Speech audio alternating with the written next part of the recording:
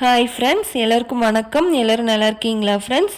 இன்றைக்கி நாம் அஞ்சு பொருளை மட்டும் வச்சு இன்றைக்கி நம்ம ரொம்ப ஈஸியாகவும் சிம்பிளாகவும் பிரண்டை சட்னி செய்யலாங்க. வாங்க எப்படி செய்யலான்ட்டு பார்க்கலாம்.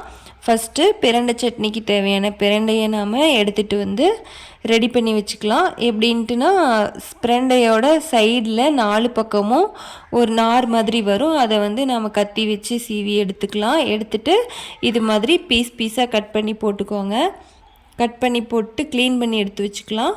அடுத்து இந்த சட்னிக்கு தேவையான பொருள் என்னன்னு பார்த்தோன்னா, சின்ன வெங்காயம், வரமிளகாய், புளி, கருவேப்பிலை, அப்புறம் ஒரு தேங்காயில் ஒரு மூடி மட்டும் எடுத்துக்கலாம், ஆஃப் தேங்காய்.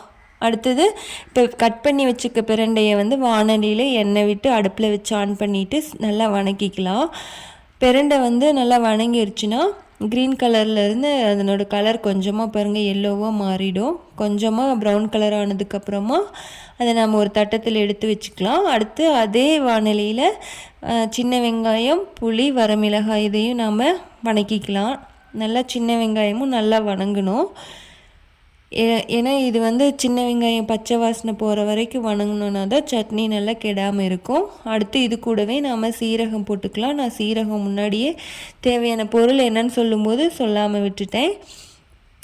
சீரகமும் அது கூட போட்டு நல்லா வணக்கிக்கலாம். நல்லா சின்ன வெங்காயம் எல்லாம் வணங்கி வரட்டும்.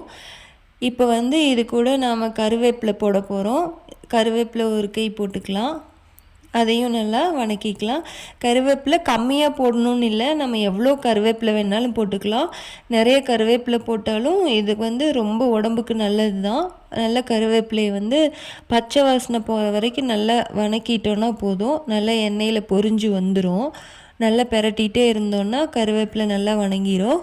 கருவேப்பிலை வந்து வணங்கிடுச்சு. இப்போ அடுப்பு ஆஃப் பண்ணிடலாம். அடுத்து தேங்காவை நாம் பீஸாக கட் பண்ணி எடுத்து வச்சுருக்கோம். அதையும் ஒரு பேனில் லைட்டாக எண்ணெய் விட்டு நம்ம லைட்டாக மட்டும் வணக்கிக்கலாம். ரொம்பவும் தேங்காய் வணக்க தேவையில்லை. லைட்டாக சூடு ஏறினா போதும்.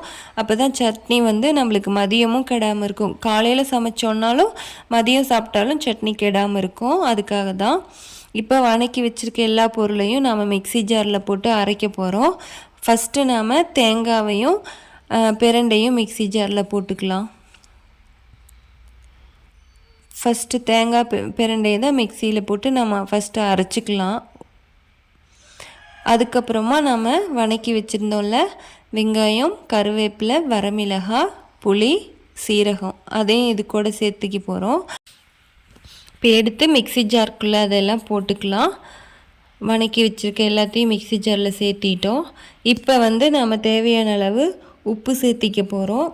ஏன்னா உப்பு கரெக்டாக போட்டுக்கோங்க. உப்பு சேர்த்திட்டு இப்போ மிக்சியில் அரைக்கலாம். கொஞ்சம் கெட்டியாக இருக்குது, அதனால் கொஞ்சம் தண்ணி விட்டுக்கலாம். தண்ணி விட்டுட்டு அரைச்சோன்னா பிரண்டை சட்னி ரெடிங்க.